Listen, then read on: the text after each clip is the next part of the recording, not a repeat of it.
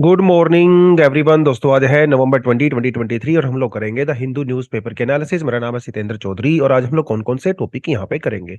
देखा, आज लिस्ट थोड़ी सी लंबी है नंबर ऑफ टॉपिक्स की, क्योंकि इसके अंदर मैंने थोड़ा प्रीवियस टॉपिक भी एक दो जोड़ा है। जैसे ये टेक्निकल टेक्सटाइल वाला टॉपिक कल था, ये हम लोग आज पढ़ेंगे।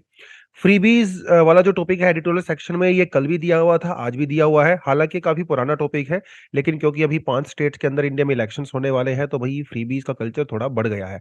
हाँ, लेकिन इसके रिगार्डिंग एक बड़ा इंटरेस्टिंग कॉन्टेक्स्ट भी हम लोग यहाँ पे पढ़ेंगे आज के सेक्शन में। फ्रीबीज के क्या बेनिफिट होते हैं, फ्रीबीज के क्या नुकसान होते हैं, उसके अलावा जो ट्रेंड चेंज हुआ है इंडिया के इलेक्शंस में ओवर पीरियड ऑफ टाइम। अच्छा आर्टिकल है, स्पेशली मेंस के लिए थोड़ा बेटर रहेगा आपके लिए। GS3 इसलिए इसमें जोड़ा है क्योंकि इसमें इकोनॉमी का सेक्शन भी कवर होता है, और GS2 तो ऑफ कोर्स पॉलिटी का टॉपिक तो ये है ही। राइट, चलिए। गांधी पीस प्राइज के बारे में थोड़ा सा बात करेंगे, ये टॉपिक प्रीलिम्स के लिए इंपॉर्टेंट है। उसके अलावा साइक्लोन अलर्ट आया भैया केरला के अंदर, दे दिया गया है येलो अलर्ट। ठीक है, तो ये कलर कोडिंग के हिसाब से किस तरह से साइक्लोन के लिए अलर्ट दिया जाता है, यहाँ से यूपीएससी मेंस में ऑलरेडी क्वेश्चन पूछा जा चुका है 2019 में। दोबारा से क्वेश्चन आ सकता है, थोड़ा ये देखेंगे ज्योग्राफी वाले सेक्शन से। उसके अलावा एडिटोरियल दिया हुआ है रेड सेफ्टी के बारे में, ये भी इंपॉर्टेंट टॉपिक है मेंस के लिए। एकदम अच्छा कंटेंट है, बना बनाया। कुछ फैक्ट्स हम लोग यहाँ पे देखेंगे। उसके अलावा रोड एक्सीडेंट के कारण क्या क्या है, उसके लिए क्या क्या सजेशंस हो सकती हैं, वो थोड़ा हम लोग यहाँ पे करने वाले हैं। अच्छा टॉपिक है मेंस के लिए, ये वाला और ये वाला दोनों टॉपिक बढ़िया है। अ, लेकिन एक बड़ी ही एक हार्ट ब्रोकन सी न्यूज है सभी के लिए, अगर आप क्रिकेट देखते हो तब भी, नहीं देखते हो तब भी। कल फाइनल था वर्ल्ड कप का और इंडिया अनफॉर्चुनेटली उसमें हार गया है। कोशिश किया सबने, हम लोग ये नहीं कह सकते भाई लड़े नहीं है, 10 मैच कॉन्टिन्यूसली जीत के आए हैं, तो ऑफ कोर्स टीम अच्छी थी हमारी इस बार। बैटिंग में भी अच्छा परफॉर्मेंस दे रहे थे, बॉलिंग में भी दे रहे थे, लेकिन जब आपका दिन नहीं होता है तो नहीं होता है ना। अल्टीमेटली एक टीम को जीतना होता है, एक को हारना होता है। और ये ऑस्ट्रेलिया की खास बात है, जितना बड़ा मैच होता है वो उतनी ही बेटर निखर के आते हैं। ये उनका ट्रेंड रहा है शुरू से ही। और इंडिया का ट्रेंड ये रहा है पिछले 10 12 सालों में, जब बड़ा मैच आता है तो थोड़ा सा हम लोग अंडर कॉन्फिडेंट फील करते हैं। खैर, एनालिसिस करना चाहिए जरूर, गलतियों को हम लोगों ने कहाँ गलती की, ताकि नेक्स्ट टाइम के लिए उसको हम लोग बेटर कर सकें। लेकिन यहाँ पे एक एंगल बनता है थोड़ा सा कि फेलियर तो ठीक है, failure is a part of life. और अगर आप कोशिश करोगे तो फेल होंगे भी, कोशिश नहीं करोगे तो ऑफ कोर्स फिर तो गारंटेड फेल होंगे। कोशिश करेंगे तो फेल होने के चांसेस कम है। लेकिन एक चीज जो देखी जा रही है पिछले कुछ समय से, लोग ना फेलियर को ग्लोरीफाई कर रहे हैं, जो मुझे लगता है वो ठीक नहीं है। फेलियर तो देखा आप होंगे ही, आप किसी बड़े गोल को अचीव करना चाहते हो तो सेटबैक्स तो आएंगे ही। कोई भी परफेक्ट नहीं है, राइट, हर कोई सीखता है। और आप सीखते हो तो बेटर होते चले जाते हो। तो जब तक आप उस चीज के लिए उस लायक नहीं बनते हो अल्टीमेटली, तो आप फेल होंगे ही, इसमें कोई डाउट नहीं है। लेकिन फेलियर को ग्लोरीफाई नहीं करना चाहिए, उतना ज्यादा ग्लोरीफाई नहीं करना चाहिए जितना आजकल सोशल मीडिया पे इधर उधर होता है कि फेल हो जाओ कोई दिक्कत नहीं है। अरे फेल हो जाने से दिक्कत नहीं है, लेकिन आप फेलियर को ग्लोरीफाई करोगे ना तो उससे होता क्या है, हम लोग अपने आप को एनालिसिस नहीं कर पाते हैं कि भाई हम फेल क्यों हुए, नेक्स्ट टाइम हमें जीतना है। तो जब आप फेलियर को ग्लोरीफाई करते हो ना, तो जीत के लिए जो आग होती है, फायर होती है, वो थोड़ी सी कम हो जाती है। क्योंकि आप फेलियर के लेके ना कंफर्ट हो जाते हो, कोई बात नहीं, फेलियर ही तो है, अगली बार फिर हो जाएंगे, फेलियर ही तो अगली बार फिर हो जाएंगे, कोई बड़ी बात नहीं है। लेकिन फेलियर ग्लोरीफाई मत करिए। अगर आप फेल होना उस प्रोसेस का पार्ट होता है, उसको एनालिसिस करिए और जीत के लिए लड़िए। ठीक है, फेल होने के लिए हम तो कई लोगों को ऐसा देखते हैं, वो बिल्कुल भी प्रिपेयर्ड नहीं है चीजों के लिए, बोलते हैं अरे हम तो फेल होने के लिए लड़ रहे हैं। तो ये अप्रोच ही गलत है, ये नेगेटिव अप्रोच है बेसिकली। ठीक है, नेगेटिव मोटिवेशन की आपको तब रिक्वायरमेंट होती है जब पॉजिटिव मोटिवेशन पूरा खत्म हो गया हो, पॉजिटिव मोटिवेशन से आगे बढ़े। नेगेटिव मोटिवेशन बहुत एंड की स्टेज होती है। ठीक है, फेलियर होना प्रोसेस का पार्ट है, हम बार बार फेल हो रहे हैं, लेकिन पिछले 10 12 साल में इतना फेल हो गए हो आप लोग। कोई बड़ा आईसीसी टूर्नामेंट आपने नहीं जीता है आई थिंक 2011 के वर्ल्ड कप के बाद। आई थिंक वो जो कमियां रही हैं 10 12 साल बहुत होते हैं कमियों को दूर करने के लिए। खैर, एंड ऑफ द डे इस बार हमारी टीम बहुत अच्छी थी। मेरे मुझे नहीं लगता इतना जबरदस्त बॉलिंग अटैक कभी इंडिया के पास रहा हो जिसमें सभी बॉलर्स वो इतना अच्छा परफॉर्म किया हो। बैटिंग तो खैर इंडिया की शुरू से अच्छी रही है, लेकिन थोड़े अनलकी भी रहे, वो भी काम करता है। खैर जो भी रहा है, थोड़ा नेक्स्ट टाइम के लिए हम लोग अच्छा होप कर सकते हैं और अपनी गलतियों से सीखें, आगे बढ़े। चलिए जी। पहला टॉपिक अपने पास आता है, India targets $40 billion in the technical textile. देखिए, टेक्सटाइल तो ठीक हम लोगों ने सुना है, हम लोग कपड़ा वपड़ा पहनते हैं, पूरी टेक्सटाइल से ही है, चाहे वो कॉटन हो चाहे लीलन हो, कुछ भी हो टेक्सटाइल का ही होता है। बट ये टेक्निकल क्या है? टेक्निकल टेक्सटाइल नॉर्मल जो टेक्सटाइल होता है, कपड़ा हम लोग पहनते हैं, उससे डिफरेंट होता है। कैसे होता है डिफरेंट? जैसे आप मान के चलिए कि जो जो फायर जो रिटार्डेंट फैब्रिक होता है, मतलब जो हमारे जो फायर ब्रिगेड के अंदर लोग पहनते हैं ना, जो फायर फाइटर्स होते हैं, वो भी तो कपड़े पहनते हैं, लेकिन वो हमारे जैसे नॉर्मल कपड़े तो नहीं पहनते, स्पेशल कपड़े पहनते हैं जिनको आग नहीं लगती है। वो भी तो एक टेक्सटाइल होता है। उस तरह के टेक्सटाइल को कहा जाता है टेक्निकल टेक्सटाइल, जो नॉर्मल पहनने के लिए यूज नहीं होता है, टेक्निकल चीजों के लिए यूज होता है। Industrial textile, functional textile, performance textile, engineering textile, invisible textile, high tech textile, ये सब उस तरह के टेक्सटाइल होते हैं।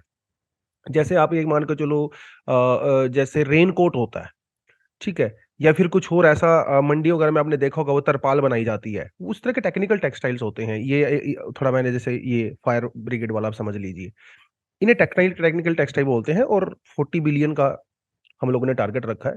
तो या तो ये सीधा सीधा प्राइमरली यूज किए जाते हैं, या फिर दूसरे प्रोडक्ट्स के में भी जो है इसका यूज किया जाता है। जैसे एग्जांपल यहाँ पे दिया ही हुआ है इन्होंने कि फायर जो ब्रिगेड होते हैं वो इंडिविजुअल करते हैं। कई बार हम लोग दूसरे टेक्सटाइल की स्ट्रेंथ और परफॉर्मेंस को इंप्रूव करने के लिए भी टेक्निकल टेक्सटाइल का यूज करते हैं।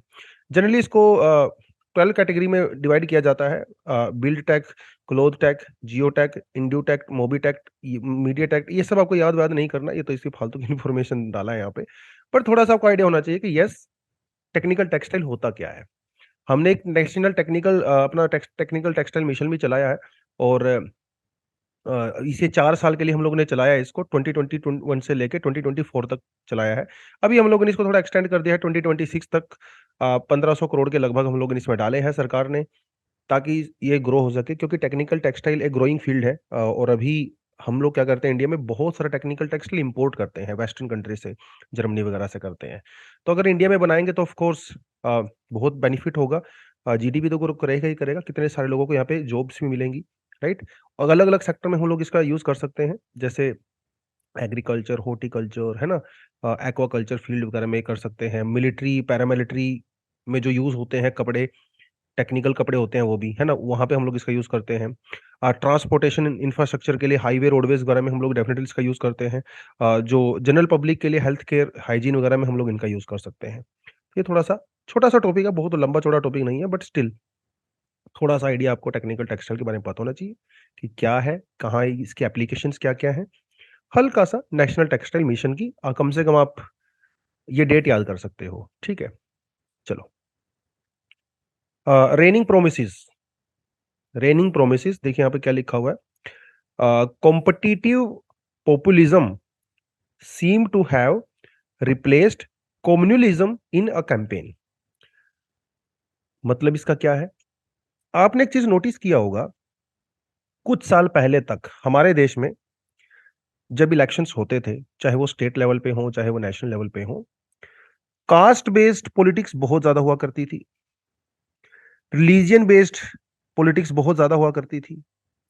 हिंदू, मुस्लिम, ये वो, पाकिस्तान, श्रीलंका, चाइना वाइना खूब चलता था।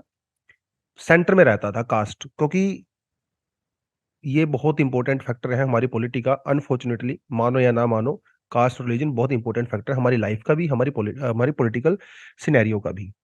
लेकिन पिछले कुछ सालों में, खासकर पिछले 3-4 साल में, आपने देखा होगा अभी कास्ट वास्ट के बारे में, रिलीजन के बारे में उतना बात नहीं होता जितना पहले होता था। हालांकि बिहार के अंदर कास्ट सर्वे हुआ है, थोड़ा सा कास्ट वाला मुद्दा बाहर आया है, लेकिन रिलीजियस ग्राउंड पे अभी उतना ज्यादा पॉलिटिकल पार्टी फोकस नहीं कर रही है। किस चीज के ऊपर फोकस कर रही है? ये प्रोमिस, जिसे हम लोग कहते हैं फ्रीबीज।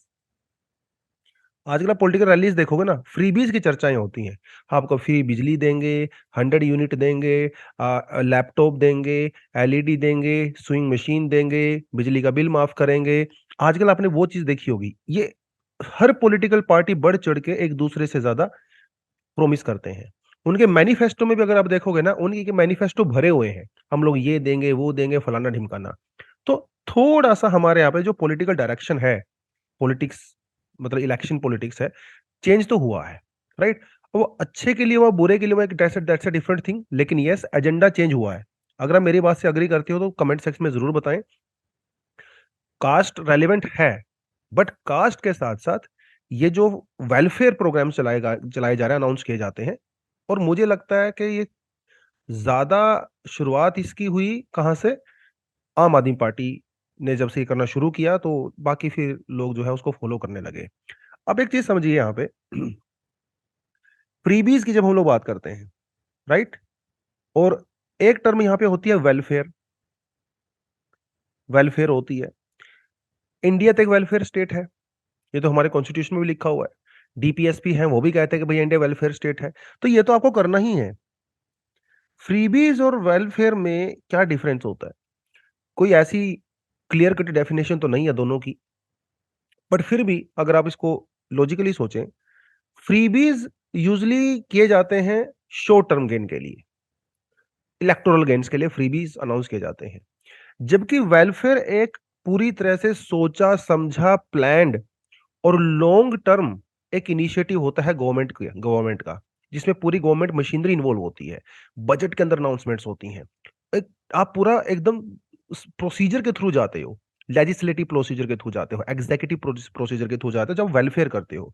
जैसे आपने पब्लिक डिस्ट्रीब्यूशन सिस्टम चलाया, पीडीएस सिस्टम, वेलफेयर स्कीम है वो भी। मनरेगा आपने चलाया, या ये भी वेलफेयर ही है, राइट। हम लोग फूड सब्सिडी देते हैं, ये भी वेलफेयर है। आप फर्टिलाइजर पे सब्सिडी देते हैं, ये भी वेलफेयर है। लेकिन क्या इसे हम लोग फ्री भी कहेंगे? ऑफ कोर्स नॉट, ये फ्री भी नहीं होता है। फ्री भी क्या होता है कि भाई आपको टीवी दे देंगे, लैपटॉप दे दिया, राइट, स्विंग मशीन दे दिया, उस तरह की चीजें फ्री भी होती है। बट हार्ड कोर डेफिनेशन आप इनके बीच में नहीं कर सकते भी क्या है क्या नहीं है, एक कोई ऐसी लाइन बिल्कुल ब्लर है दोनों के बीच में, कहां से फ्री भी खत्म होकर वेलफेयर शुरू होता है we never know. But election के टाइम पे थोड़ा ज्यादा किया जाता है। 5 स्टेट के अंदर इंडिया में भी इलेक्शन होने वाले हैं, तो भर भर के पॉलिटिकल पार्टीज खूब सारा जो है फ्रीबीज अनाउंस कर रही हैं। ठीक है, आप इसे वेलफेयर स्कीम भी कह सकते हो, फ्रीबीज कह सकते हो, आपकी मर्जी है। तो डिक्शनरी जो मीनिंग होता है फ्रीबी का वो होता है something that you are given free but in practice there is no precise definition of the freebies, जैसा मैंने आपको बताया। ठीक है, द सर्विसेज और the provisions provided by the state और the union government such as the free electricity, free water, free public transportation, waiver of the pending utility bill. कई बार होता है ना, किसानों के लोन माफ कर दिए, वो उस तरह की चीजें होती हैं, बिजली के बिल माफ कर दिए, उस तरह की चीजें होती हैं जिसे हम लोग फ्रीबीज यूजली कह सकते हैं।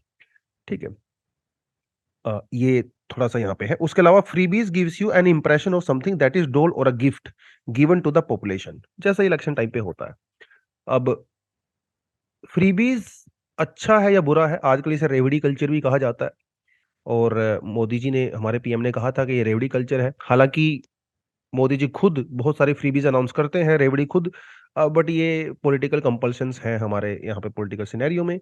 बट अब लेकिन सवाल ये उठता है कि फ्रीबीज आर गुड और बैड। देखिए, फ्रीबीज और वेलफेयर के बीच में बहुत डिस्टिंक्शन तो है नहीं। तो जिसे आप फ्री समझ रहे हो सकता है वो कोई और उसको वेलफेयर समझे, जिसे आप वेलफेयर समझ रहे हो कोई हो सकता है उसको फ्रीबीज समझे। तो ये एक मोटे मोटे तौर पे election commission of India, supreme court, वो इसके बारे में क्या ऑब्जर्व करता है वो ज्यादा इंपॉर्टेंट है, रादर देन हम लोग इंडिविजुअली उसके बारे में क्या फील करते हैं। अब कुछ चीजें जो यहाँ पे बात करेंगे फ्रीबीज अच्छा है या बुरा है, वो थोड़ा अगर हम लोग देखें, कुछ फ्रीबीज को आप जस्टिफाई कर सकते हो, कोई दिक्कत नहीं है। कुछ फ्रीबीज को जस्टिफाई करना थोड़ा मुश्किल हो जाता है। तो वो फाइट फाइट है ना, ग्रोथ वर्सेस वेलफेयर के बीच में। जैसे कुछ लोगों का कहना है भैया फ्रीबीज तो बहुत अच्छी चीज होती है, क्योंकि फ्रीबीज या फिर वेलफेयर से एक ट्रस्ट वाली फीलिंग बनती है ना। आम जनता सरकार के ऊपर ट्रस्ट करती है। आम जनता को ये लगता है, जो पिछड़ा वर्ग है, जो बैकवर्ड सेक्शंस रह गए हैं सोसाइटी में, उनको लगता है कि सरकार उनका टेक केयर कर रही है ना। उनको लगता है कि तुम्हारे ऊपर कोई है जो तुम्हारा ध्यान रखेगा। इससे क्या होता है, डेमोक्रेटिक वैल्यूज वो इंक्रीज होती हैं, सरकार के अंदर लोगों का ट्रस्ट डेवलप होता है, जो कि एक बहुत बड़ी चीज है लोगों के बीच में इतनी बड़ी डेमोक्रेसी में वो करना। दूसरी बात, ये हमारे डीपीएसपी का पार्ट है, हमारा जो पार्ट 4 है कॉन्स्टिट्यूशन का, डीपीएसपी, वो कहता है कि India is a welfare state. तो सरकार अगर वेलफेयर मेजर्स कर रही है या फ्रीबीज दे रही है, ये कोई एहसान नहीं कर रही है, it's a part of your policy, करना ही पड़ेगा आपको। India is a welfare state, India is a socialist, आपके प्रियम्बल में भी लिखा हुआ है। तो ये करना पड़ेगा सरकार को, मजबूरी है उनकी एक तरह से, हमें समझ लीजिए। हालांकि उतनी मजबूरी नहीं होती, बट स्टिल कॉन्स्टिट्यूशन में लिखा होता, आपको करना ही पड़ेगा। तो लोन वेवर देना, फ्री इलेक्ट्रिसिटी देना, लैपटॉप देना। अब देखिए, एग्जाम्पल के तौर पे हम लोग समझ सकते हैं, बिहार में लड़कियों को जब वो स्कूल में एनरोल करती हैं तो उनको फ्री में बाइसिकल दिया जाता है।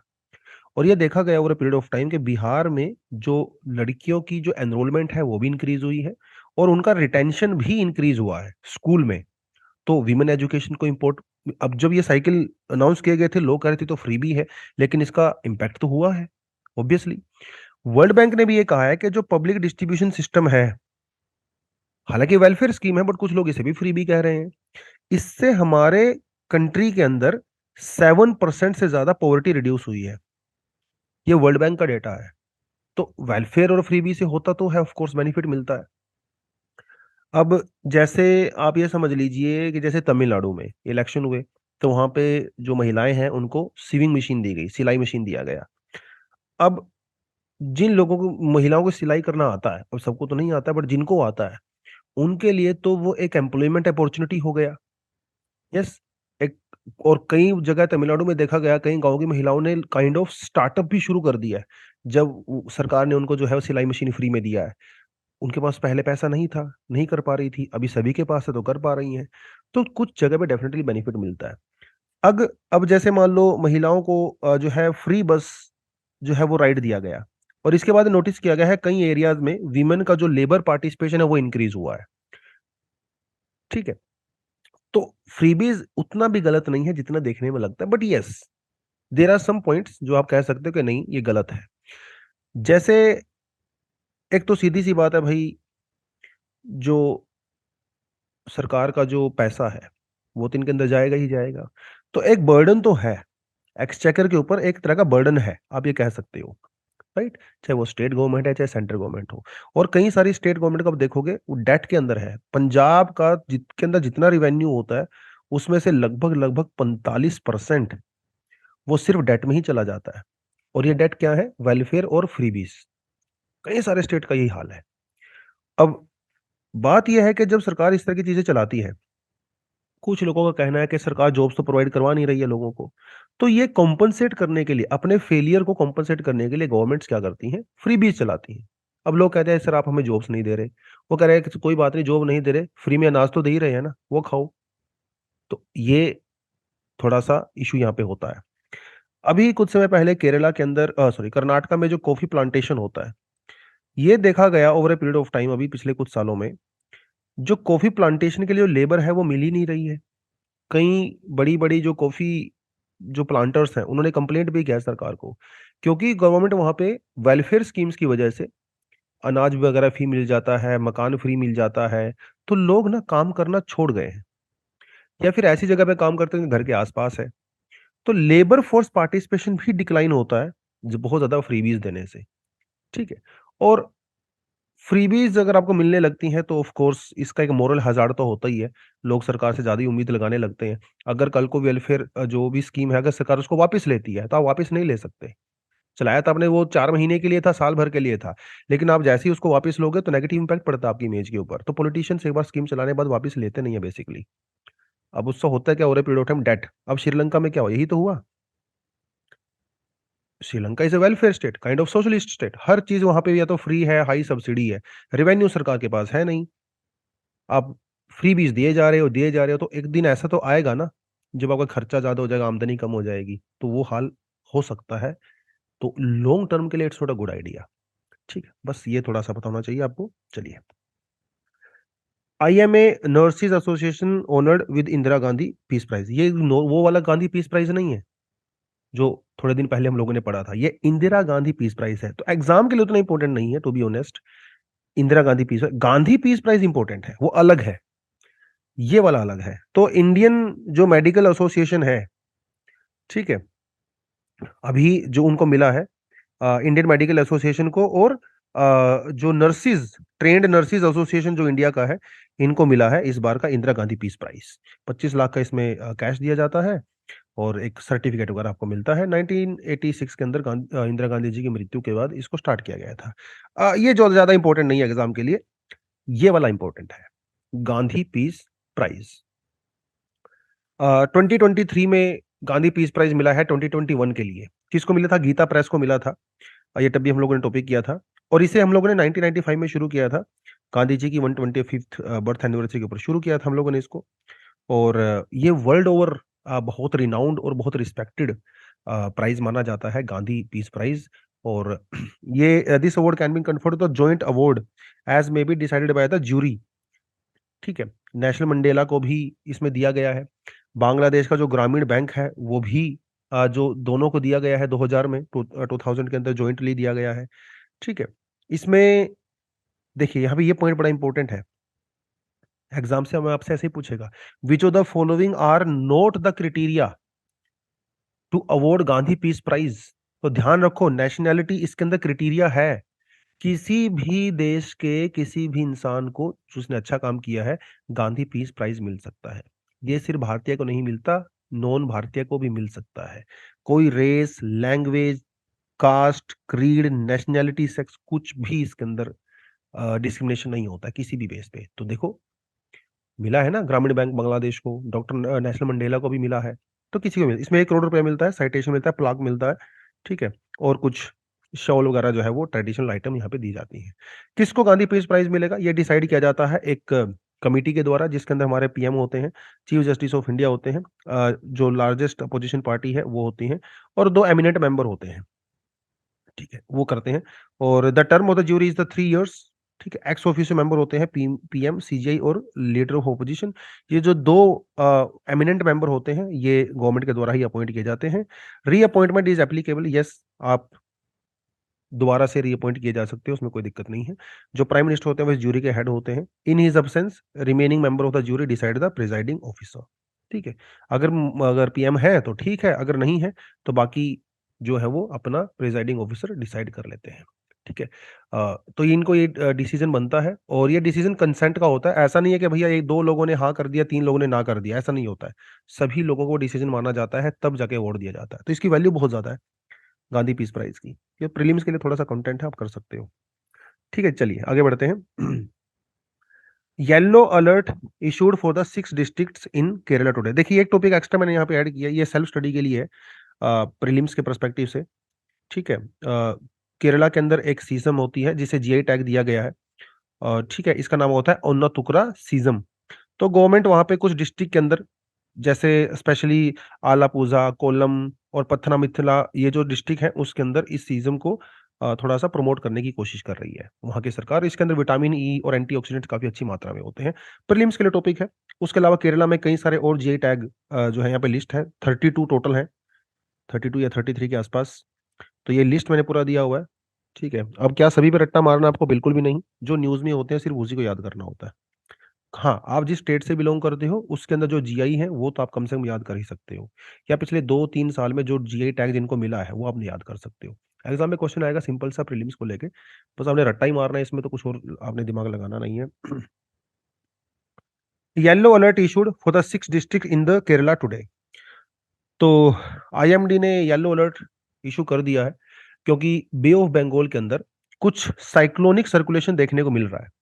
ठीक है, और ये जो साइक्लोनिक सर्कुलेशन है ये कहाँ पे है जी? कमोरिन एरिया में है वहां पे। और आप ये भी कह सकते हो, ये जो साइक्लोनिक सर्कुलेशन होते हैं वो देखो थोड़ा इस तरह से काम करते हैं, थोड़ा दिखा देता हूँ आपको मैं। जैसे जैसे मान लो यहाँ पे लो प्रेशर है, साइक्लोन मतलब लो प्रेशर। तो जब लो प्रेशर होता है तो एयर राइज करती है।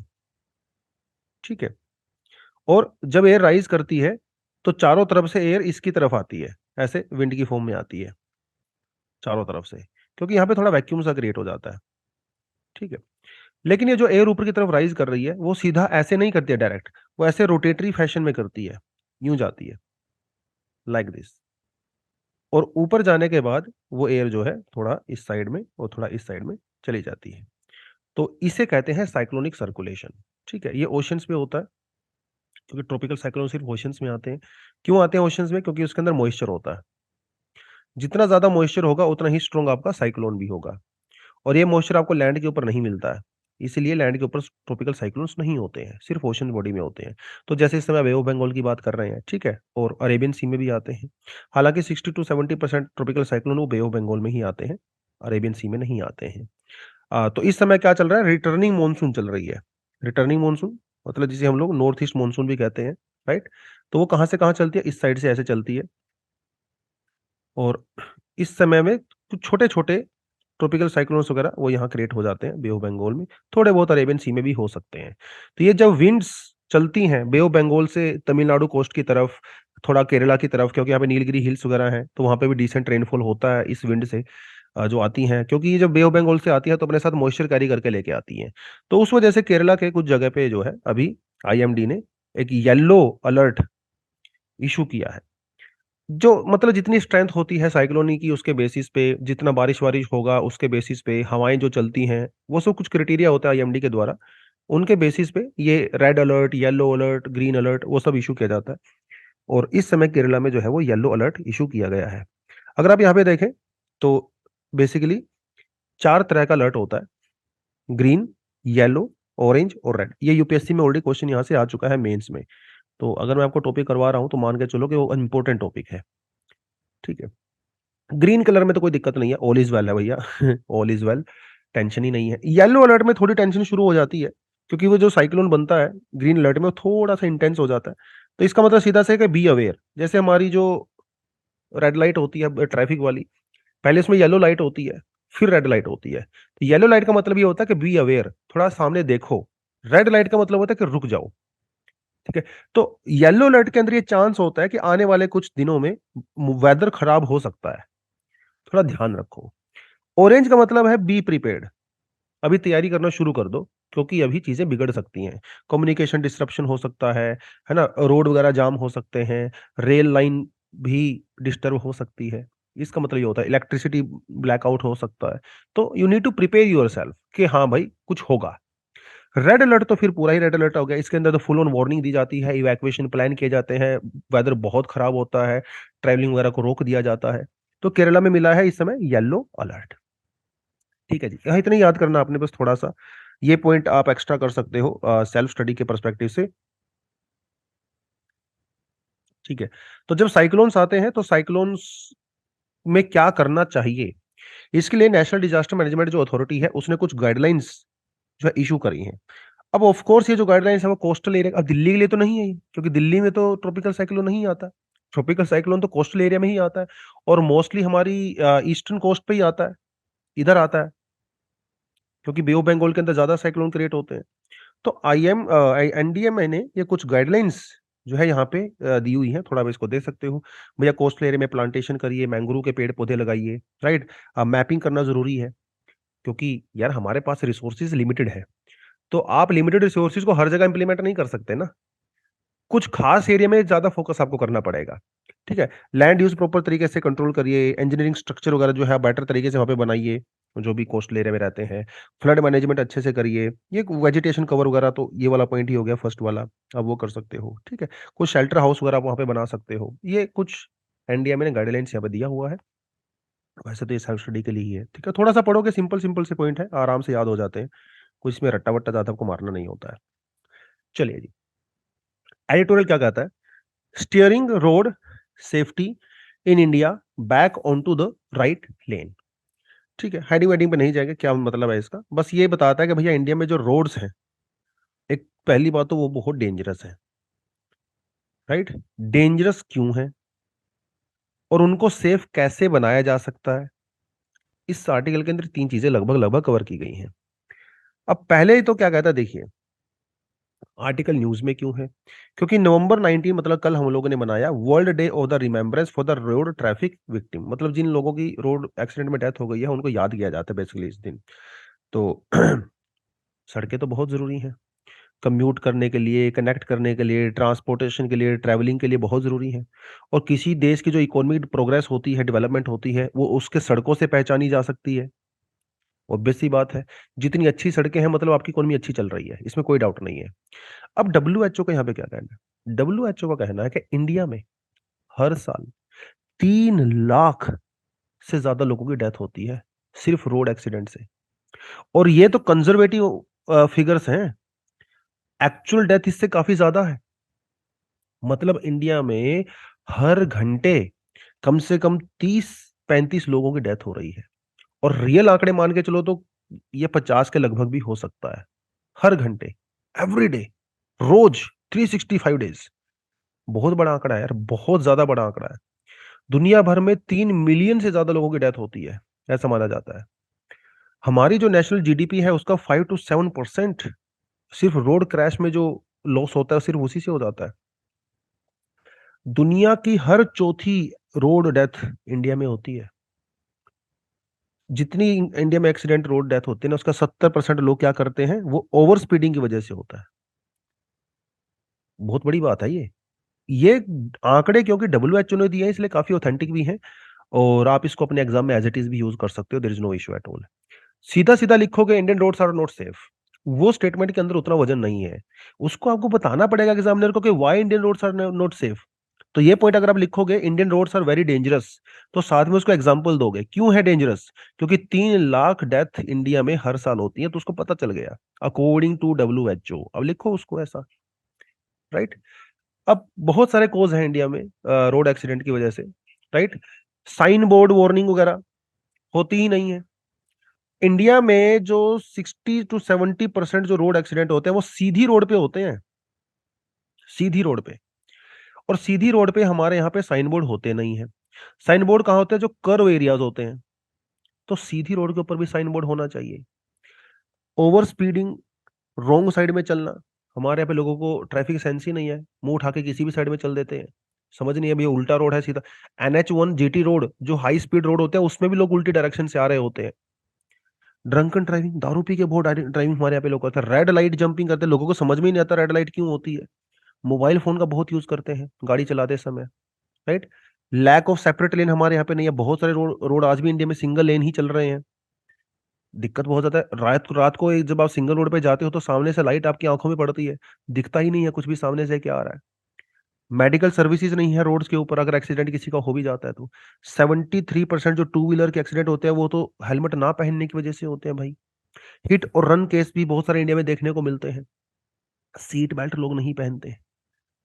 पोर्ट होल्स में गाड़ी आपकी गिर जाती है, आपको समझ में ही नहीं आता कहाँ वहां पे गड्ढा है कि नहीं है, पानी भरा रहता है उसके अंदर। ये बहुत सारी समस्या है हमारे यहाँ पे। ओवरलोडेड व्हीकल्स चलते हैं, पूरी सड़क को घेर के चलते हैं, दिखता नहीं है सामने से। कई बार सामने से क्या होता है, ट्रैक्टर आ रहा होता है और वो पीछे से ओवरलोड होता है बहुत ज्यादा, और उसके अंदर सिर्फ एक ही लाइट जल रही होती है। सामने से देखने में लगता है कोई बाइक आ रही है, साथ में जब टक्कर होती है तब पता चलता है तो बाइक नहीं ट्रैक्टर था। ये बहुत समस्या है रात के टाइम समय पे, राइट। लाइसेंस रेगुलेशन प्रॉपर तरीके से हमारे यहाँ पे होता नहीं है। ट्रोमा सेंटर्स नहीं है, अगर ट्रोमा सेंटर है तो वहां पे डॉक्टर नहीं है, हेल्पर नहीं है। बहुत दिक्कत है भाई हम इंडिया में। ये कारण है कुछ, और भी कुछ कारण हो सकते हैं। आप थोड़ा मुझे कमेंट सेक्शन में बताएं, कुछ सजेशन दें कि और भी क्या क्या रीजंस आपको लगता है। हालांकि गवर्नमेंट ने मोटर व्हीकल अमेंडमेंट बिल 2016 पास किया है, जिसके अंदर कई सारी चीजें हम लोगों ने इंट्रोड्यूस की हैं अच्छी अच्छी। जैसे कोई पुराने व्हीकल्स होते हैं तो उनको सरकार जो है रिकॉल कर सकती है। गुड समैरिटन एक्ट हम लोगों ने बनाया। मतलब आप ये समझ लीजिए, अगर कोई किसी का एक्सीडेंट हो गया है और आप उस आदमी को उठा के हॉस्पिटल में पहुंचाते हो या 100 नंबर पे फोन करते हो, तो आपके ऊपर कोई कार्रवाई नहीं होती है। पहले क्या होता था, लोगों उन्हीं को फंसा दिया करते थे जो उनको उठा के लेके आया करते थे।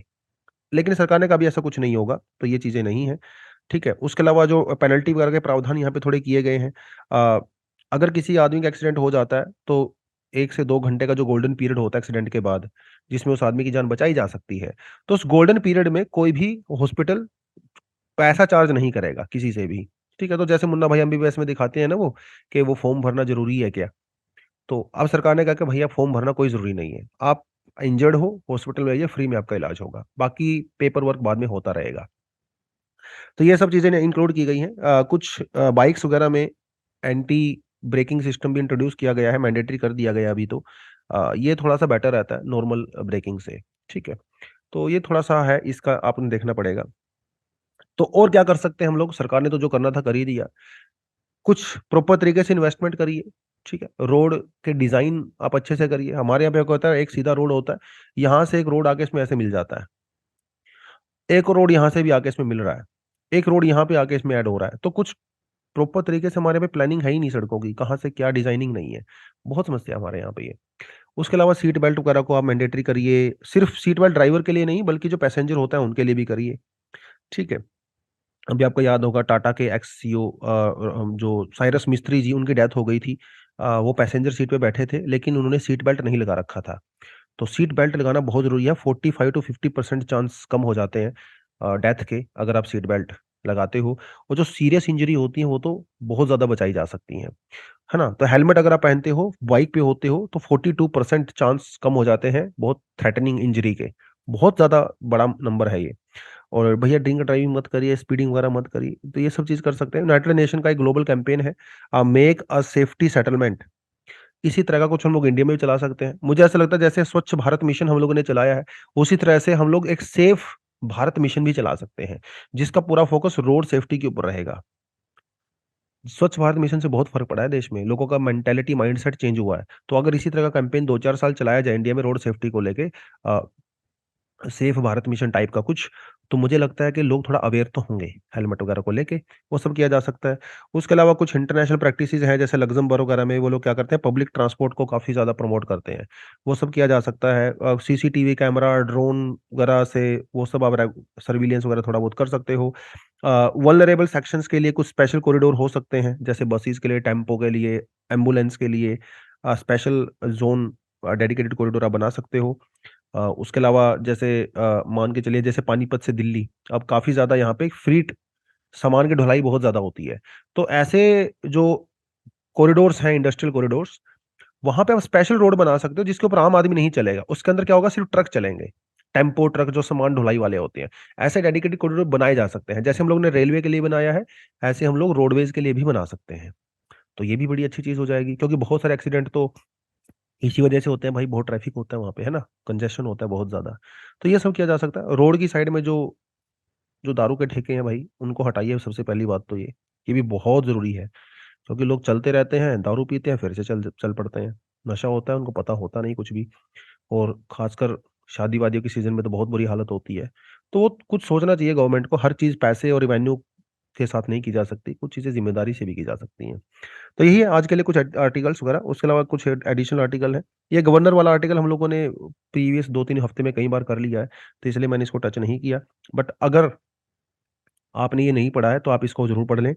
कि गवर्नर की पावर या गवर्नर के ऑफिस को किस तरह से मिसयूज़ किया जा रहा है, खासकर कुछ स्टेट्स में, तमिलनाडु, केरला वगैरह, पंजाब वगैरह में। तो उसके पर्सपेक्टिव में यहाँ पे दिया हुआ है।